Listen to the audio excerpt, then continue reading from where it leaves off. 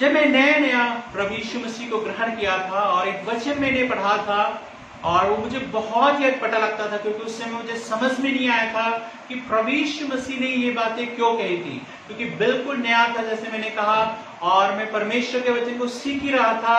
तो जो इस वचन को पढ़कर मुझे बड़ा सा उलझन सा मेरे जीवन में महसूस होता था। मैं आपके सामने पढ़ देना चाहूंगा मत्ती रचित सुसमाचार उसके 25 अध्याय के और उसके 29 में यहां पर ऐसा लिखा है, क्योंकि जिस किसी के पास है उसे और दिया जाएगा और उसके पास बहुत हो जाएगा, परंतु जिसके पास नहीं है उससे वह भी जो उसके पास है ले लिया जाएगा। जैसे मैंने शुरू में कहा कि जब इस वचन को मैं पढ़ता था मुझे समझ नहीं आता था और मैं सोचता था परमेश्वर ये किस तरह की बातों को कहता है, और जनरली मेरे अंदर विचार था कि भाई उसकी सहायता हमको करनी है जिनके पास कुछ नहीं है और जिनके पास मुश्किल है, और जो उनके पास नहीं है उनमें जो इसके पास है उसमें से उनको देना है। लेकिन ये वचन इसके विपरीत कहता है कि जिसके पास है उसको दिया जाएगा और जिसके पास नहीं है उसे वो भी ले लिया जाएगा जो उसके पास है। तो एक बहुत ही उलझन में मैं भरा हुआ था इस वचन को पढ़ करके, लेकिन काफी जब परमेश्वर का वचन को जब सीखते गया आज ये बात मुझे अच्छी तरह समझ में आता है कि क्यों परमेश्वर इस बात को कहता है या क्या कारण है कि परमेश्वर उसे देता है जिसके पास है और उससे वो भी ले लेता है जो उसके पास नहीं है या कम है। तो ये इस वचन को जब हम देखते हैं तो परमेश्वर का वचन का जो भाग है, जो कॉन्टेक्स्ट है, जिस संदर्भ में प्रभु यीशु मसीह ने इस बात को कहा उसको आज हम सीखते हैं। तो यहाँ पर मत्ती रचित सुसमाचार उसका 25 अध्याय के 14 पद से लेकर 30 पद में ये बात पाया जाता है। ये बहुत ही लंबा पैसेज है और इसको जो है आपके बाइबल में, हिंदी बाइबल में वहां पर लिखा है तोड़ों का दृष्टांत, और इसका इसी भाग को आप लूका रचित सुसमाचार के 19 अध्याय के 11 से 27 पद में भी आप पढ़ सकते हैं। थोड़ा सा स्लाइड डिफरेंट है, लेकिन यहाँ पर जो तोड़े का दृष्टांत है वहां पर भी इसी तरह के दृष्टांत के विषय में लूका चर्चा करता है। तो यहाँ पर जब हम पढ़ते हैं इसको तो उससे पहले ही बैकग्राउंड में प्रभु यीशु मसीह 25 अध्याय के एक पद में जो कहते हैं वो है 10 कुंवारियों का दृष्टांत। और यहाँ पर हम देखते हैं जब हम इसे कॉन्टेक्स्ट के संदर्भ को देखते हैं कि किस तरह से प्रभु यीशु के आगमन की तैयारी हमें करना है, और हमेशा हमें इस बात के लिए तैयार होना है क्योंकि हमें नहीं पता प्रभु यीशु मसीह कब आएंगे। तो कभी भी बहुत ज्यादा घबराए ना कि प्रभु यीशु तुरंत आने वाला है, और बहुत ज्यादा निश्चित भी ना हो कि देखा जाएगा जब प्रभु यीशु आएगा। हमें हर समय अपने जीवन को तैयार रखना है। इसके विषय में जो 10 कुंवारियों का जो दृष्टांत है बात करता है, और उसके अगले दृष्टांत पे प्रभु यीशु मसीह बात करते हैं तोड़ों के दृष्टांत के विषय में कि किस तरह से परमेश्वर हर एक के जीवन में कुछ करने के लिए एक जिम्मेदारी देता है।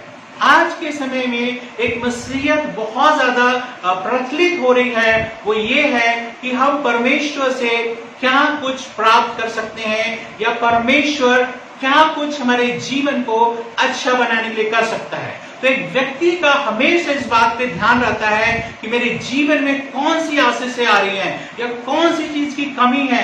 वो हर एक दिन इस बात को देखते रहता है कि आज मैं किस समस्या से होके गया, किस बीमारी से होके गया, किस कमी घटी से होके गया, किस परेशानियों से होके गया।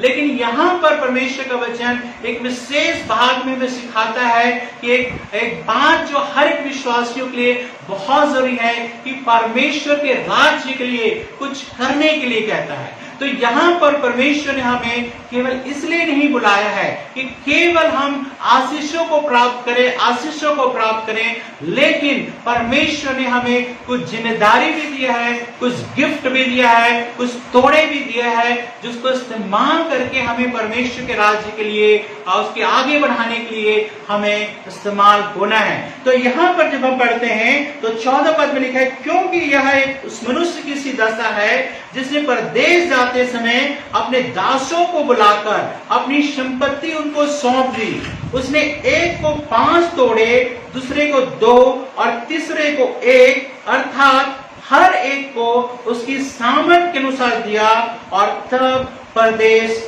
चला गया।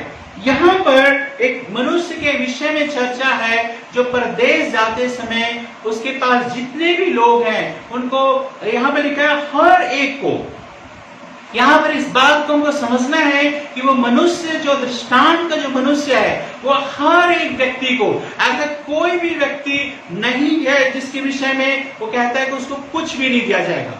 यहाँ पर जब इसकी तुलना हम करते हैं, ये परमेश्वर के राज्य से तुलना करते हैं क्योंकि ये परमेश्वर के राज्य का सिद्धांत है। तो यहाँ पर परमेश्वर कहता है हर एक को, ऐसा कोई भी व्यक्ति परमेश्वर के राज्य में या ऐसा कोई भी विश्वासी नहीं है जो ये कह सके कि मेरे अंदर कोई योग्यता नहीं है या मैं कुछ भी करने के लायक नहीं हूं। यहां पर परमेश्वर का वचन कहता है हर एक व्यक्ति जो प्रभु यीशु को ग्रहण करता है, प्रभु यीशु उसके जीवन में कुछ न कुछ ऐसे गिफ्ट को, कुछ न कुछ ऐसे वरदान को, कुछ न कुछ ऐसे सामर्थ्य को जो है वो देता है जिसके द्वारा उस व्यक्ति को परमेश्वर के राज्य के लिए काम करना है। तो यहाँ पर जैसे मैंने पढ़ा कि यहाँ पे 3 व्यक्ति का जिक्र है और उसने एक को 5 तोड़े, दूसरे को 2 तोड़े और तीसरे को 1 तोड़ा दिया और यहाँ पे लिखा हर एक को दिया। तो यहाँ पर आप कोई भी हो, कैसे भी हो, चाहे अपने आप को कितना भी छोटा नीचा या कुछ भी समझते हो या कई बार ऐसा लगता हो कि मेरे अंदर कोई भी गुण नहीं है, कोई भी नेचुरल एबिलिटी नहीं है या स्वाभाविक योग्यता नहीं है, मैं आपको बता देना चाहता हूं परमेश्वर ने आपके और मेरे जीवन में कुछ न कुछ जरूर रखा है। लेकिन क्यों हमें समझ नहीं आता है कि हमें परमेश्वर ने दिया है? क्योंकि हम उसको जांचते नहीं, उसको परखते नहीं है, उसको इस्तेमाल में नहीं लाते हैं। क्योंकि जब तक आप इस्तेमाल में नहीं लाएंगे तब तक आपको पता नहीं चलेगा कि आपके अंदर क्या योग्यता परमेश्वर ने दिया है। और दूसरी बात यहाँ पे सीखते हैं, न केवल हर एक को परमेश्वर देता है लेकिन उनके सामर्थ्य के अनुसार दिया। मतलब यहाँ पर परमेश्वर आपके और मेरे कैपेसिटी को, सामर्थ्य को जानता है कि कौन से काम हम करने के योग्य हैं और कौन से काम हम नहीं कर सकते। देखिए, हाँ, जरूरी हम कई बार ऐसे बोलते हैं कि जो मुझे सामर्थ्य देता है उससे मैं सब कुछ कर सकता हूँ। फिलिपियों 4 अध्याय के 13 पद को हम रेफर करके इस बात को कहते हैं कि प्रभु यीशु जो मुझे सामर्थ्य देता है उससे मैं सब कुछ कर सकता हूँ। ठीक है, इस बात को मैं विश्वास करता हूं, लेकिन वो दूसरे संदर्भ में कहा गया है। वहां पर पौलुस अपने विषय में कहता है, चाहे मैं बढ़ती में रहूं चाहे घटती में रहूं, हर दशा में संतोष करना जानता हूं और जो प्रभु मुझे सामर्थ्य देता है उससे मैं हर परिस्थिति में संतुष्ट रह सकता हूं और परमेश्वर का धन्यवाद कर सकता हूं। लेकिन ये समझना कि मैं हर कुछ कर सकता हूं, सब कुछ कर सकता हूं, ऐसा प्रैक्टिकली पॉसिबल नहीं। आप विश्वास करते हैं, अच्छी बात है, लेकिन यहाँ पर परमेश्वर का वचन जो कहता है कि जो मुझे सामर्थ्य देता है उससे मैं सब कुछ कर सकता हूं, वो प्रैक्टिकली आपको जो है बहुत डिफिकल्ट होगा। तो यहाँ पर प्रभु यीशु मसीह ने क्या किया, ये परमेश्वर ने क्या किया, क्योंकि हम देख रहे हैं कि जो दृष्टांत है एक प्रकार से परमेश्वर के राज्य का सिद्धांत है और परमेश्वर जिस तरह से लोगों के जीवन में काम करता है उसके विषय में यहाँ पे चर्चा की गई है। इसलिए मैंने कहा कि प्रभु यीशु ने दिया। तो यहाँ पर एक बात को समझना जरूरी है कि आपके सामर्थ्य के अनुसार, मेरे सामर्थ्य के अनुसार, कैपेसिटी के अनुसार, जो स्वाभाविक योग्यता जितना मैं कर सकता हूं उसके अनुसार परमेश्वर हमारे जीवन में उस गिफ्ट को, उस वरदान को देता है। और दूसरी बात, जैसे मैंने कहा कि परमेश्वर के राज्य में कोई भी व्यक्ति ऐसा नहीं है जो किसी काम के लायक ना हो। हर एक व्यक्ति को परमेश्वर इस्तेमाल करना चाहता है। यहाँ पर एक व्यक्ति के विषय में पढ़ते हैं जिसको उस व्यक्ति ने जो परदेश जाते समय दिया था 5 तोड़े दिए थे, उसकी सामर्थ्य उतना है, लेकिन दूसरा व्यक्ति के पास उतनी सामर्थ्य नहीं है तो उसको 5 न दे करके वहां पर वो व्यक्ति उसको 2 देता है। और तीसरा व्यक्ति है उसको 5 भी नहीं देता है, 2 भी नहीं देता, लेकिन 1 तोड़ा उसको देता है क्योंकि 1 तोड़ा के करने लायक कैपेसिटी कम से कम उसके पास है। लेकिन यहाँ पर कई बार क्या करते हैं, परमेश्वर ने जो हमें दिया है, जो तोड़ा दिया है, उसका उपयोग बहुत सारे लोग अपने जीवन में करते हैं, लेकिन बहुत सारे लोग अपने जीवन में परमेश्वर के राज्य के लिए कुछ भी नहीं करना चाहते हैं। वो केवल ये चाहते हैं कि परमेश्वर के जीवन में बस आशीष और आशीष देता रहे और उनका जीवन अच्छा चलता रहे। लेकिन यहाँ पर हम परमेश्वर के वचन पाते हैं, परमेश्वर आपसे और मेरे से अपेक्षा करता है। जिस तरह से वो दृष्टांत का जो व्यक्ति जो प्रदेश चला गया था, इस बात की अपेक्षा करता है कि जिसको 5 तोड़े दिए, जिसको 2 तोड़े दिए, जिसको 1 तोड़े दिए, वो किसी तरह से उस तोड़े को इस्तेमाल करे। तो यहाँ पर हम देखते हैं 16 पद में, तब जिसको 5 तोड़े मिले थे उसने तुरंत जाकर उनसे लेन देन किया और 5 तोड़े और कमाए। यहाँ पर हम देखते हैं सबसे पहले उस व्यक्ति के विषय में जिसको 5 तोड़े दिए गए थे, उसने तुरंत जाकर के लेन देन किया कहता है, उस तोड़े का इस्तेमाल किया और उसे 5 तोड़े और बना लिए, क्योंकि उसने परमेश्वर पर भरोसा किया और उसने उस इस्तेमाल किया, उस तोड़े को, उस वरदान को, उस गिफ्ट को इस्तेमाल किया और इसीलिए उसके द्वारा वो और भी ज्यादा तोड़े वो कमाता है। फिर यहाँ पर लिखा है 17 पद में, इसी रीति से जिसको 2 मिले थे उसने भी 2 और कमाए। देखिए यहाँ पर परमेश्वर आपसे इतना अपेक्षा नहीं करता है। यदि 5 परमेश्वर ने दिया है तो वो आपसे ज्यादा अपेक्षा करता है, और यदि परमेश्वर ने आपको 2 दिए हैं तो परमेश्वर आपसे बहुत ज्यादा की अपेक्षा नहीं कर रहा है, लेकिन जितना दिया है उतना अपेक्षा कर रहा है। यहाँ पर ये व्यक्ति को 2 दिए गए थे तो उसने ये नहीं कहा कि उसने 5 कमाए, 10 कमाए, ऐसा नहीं कह रहा है। यहाँ पर उसको 2 और उसने तोड़े उसे कमा लिए। और यहाँ पर 18 पद में लिखा है, परंतु जिसको 1 मिला था उसने जाकर मिट्टी खोदी और अपने स्वामी के रुपये छिपा दिए। जहां पे 2 व्यक्ति हैं, जिसको 5 तोड़े मिले थे, जिसको 2 तोड़े मिले थे, और वो जो है इस बात को कहता है कि दोनों ने जाकर के उसको डबल किया। लेकिन ये तीसरा व्यक्ति है जिसको 1 तोड़े मिले थे, एक आलसी व्यक्ति के रूप में हम देखते हैं, जो या तो डरपोक है या तो आलसी है, या दोनों ही है।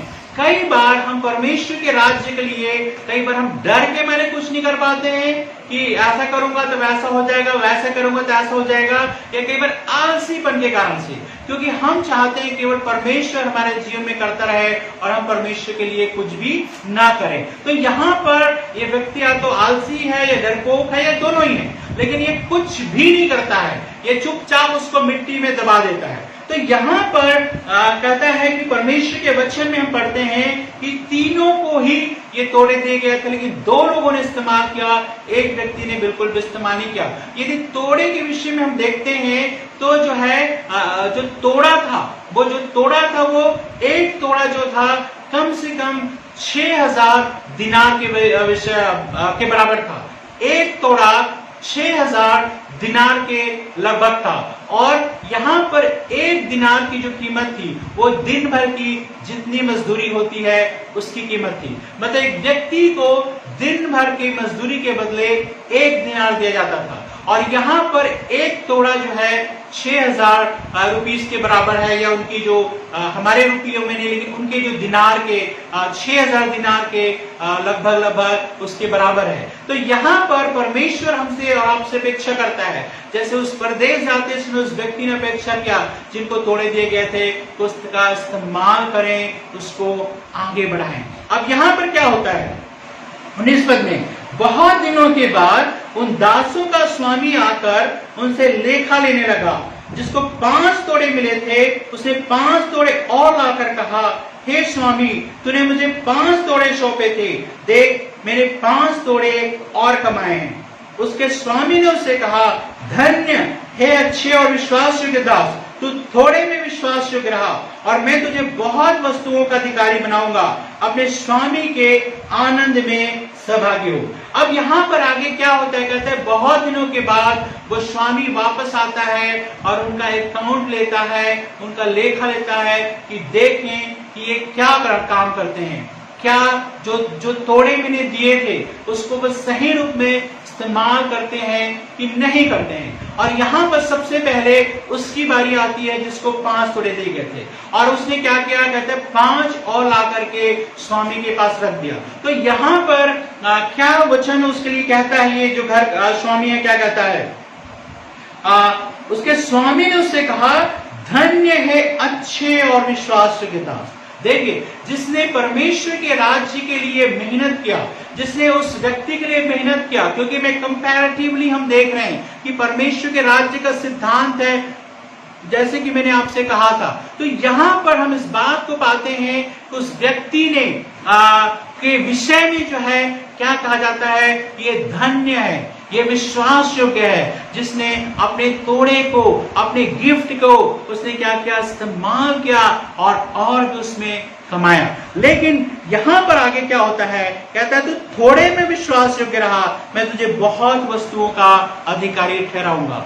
कई बार परमेश्वर यही तुम्हारे जीवन में परखता है। कई बार परमेश्वर थोड़ा दे करके हमारे जीवन में देखता है कि उस थोड़े में कितना हम विश्वास योग्य रहते हैं, कितने भरोसे के लायक रहते हैं। बहुत सारे लोग ऐसा सोचते हैं कि परमेश्वर मुझे बहुत सारा पैसा दे कि मैं आपके राज्य के लिए काम करूंगा, आपके राज महिमा के लिए काम करूंगा। लेकिन परमेश्वर आपके और मेरे जीवन में थोड़ा आर्थिक स्थिति में सुधार करके परमेश्वर देखता है कि उसका आप उपयोग किस तरह से करते हैं, परमेश्वर के राज्य में करते हैं कि नहीं करते हैं। या कई बार परमेश्वर कई लोगों को थोड़े लोग देता है। हम चाहते हैं हमारी बड़ी कलीसिया हो, हजारों लोग आए और बड़ी मिनिस्ट्री हो, हर कोई चाहता है। लेकिन थोड़े लोग जो परमेश्वर ने आपको दिए हैं, 10, 20, 50, उसके विषय में आप किस तरह से रहते हैं, परमेश्वर आपके जीवन को परखता है। यदि कम लोगों के बीच में आप अपने आप को अच्छा महसूस नहीं करते हैं, या कम लोगों के बीच में आप पूरी मेहनत नहीं करते हैं, तो हमें सावधान होने की जरूरत है,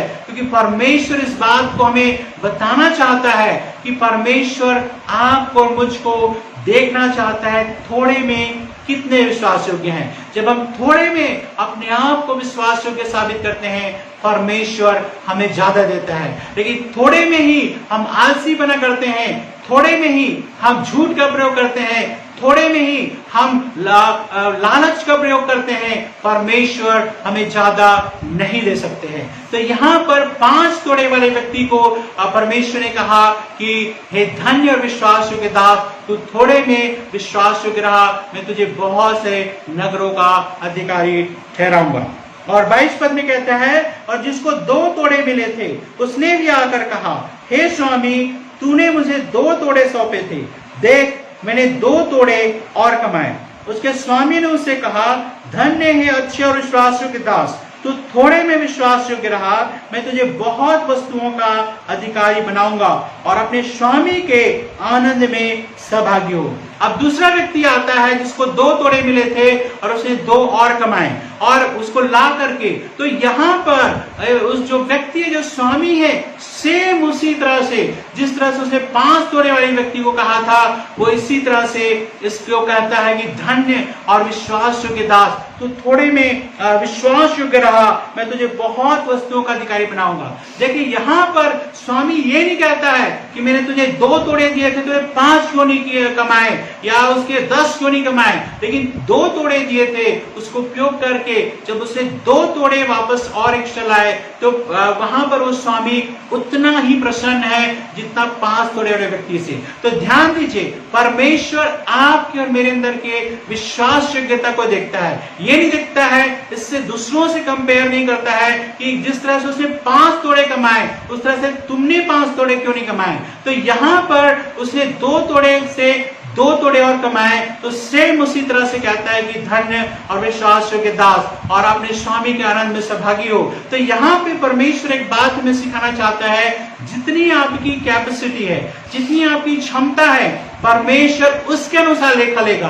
ये दूसरों से कंपेयर करके नहीं लेगा कि दूसरे लोग इतना ज्यादा करते हैं तो तुम्हें भी उतना ज्यादा करना चाहिए, ये नहीं, लेकिन आपको जितना दिया गया है परमेश्वर उस चीज का लेखा आपके और मेरे जीवन में लेगा। तो यहाँ पर 5 तोड़ा व्यक्ति जो है वो उतना ही बराबर है, और 2 तोड़े जिसको दिए गए थे, दोनों को ही बराबर की दृष्टिकोण से परमेश्वर देखता है और इस दृष्टांत में ये स्वामी देखता है। अब आते हैं तीसरे व्यक्ति के विषय में।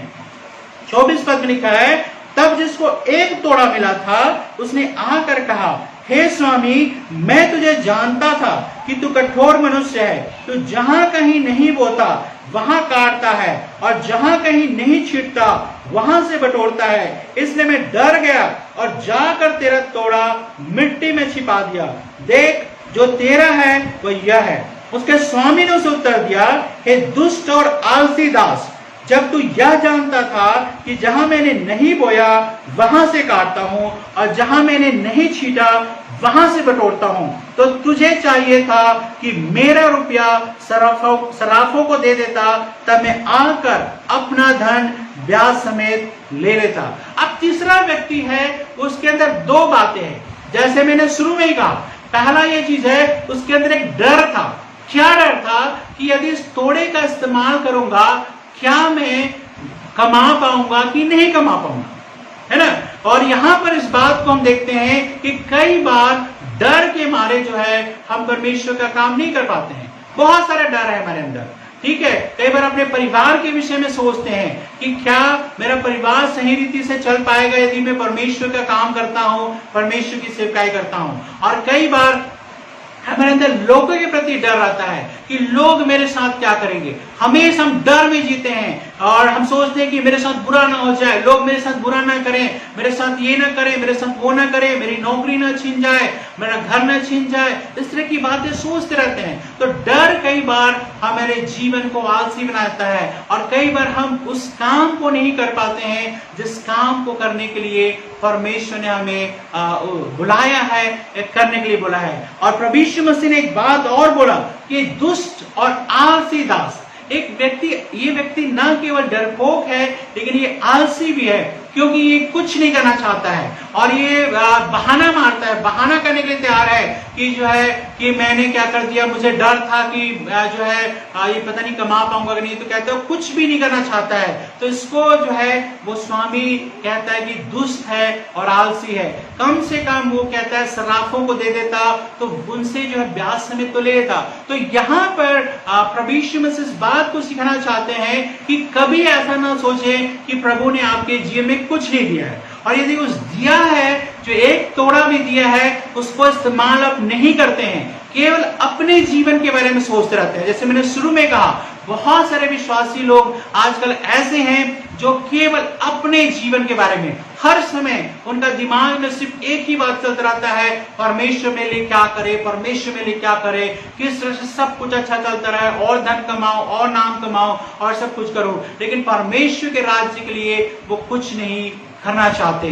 तो ऐसे व्यक्ति के जीवन के लिए प्रभु यीशु मसीह के शब्द हैं, वो है कि दुष्ट और आलसी व्यक्ति, है ना। और आगे यहाँ पर क्या लिखा है, यही यदि इसको हम पढ़ते हैं 27 पद से हमने पढ़ा था, 28 पद में पढ़ते हैं, इसलिए यह तोड़ा उससे ले लो और जिसके पास 10 तोड़े हैं उसको दे दो।